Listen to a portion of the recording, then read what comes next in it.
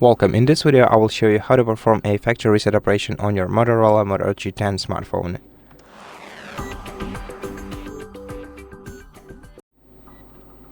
So before we begin, I just want to make sure that you are aware that this operation will erase all data that is stored locally on your device. So before we do that, I recommend either making a backup of your data in a cloud storage or using an external device like an SD card.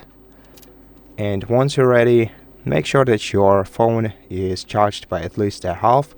If it's not, connected to the charging cable and proceed by entering settings menu, then go to system. From here, scroll down, expand the advanced settings, select reset options, and then select erase all data, factory reset, confirm, then enter your password and tap erase all data once again to proceed.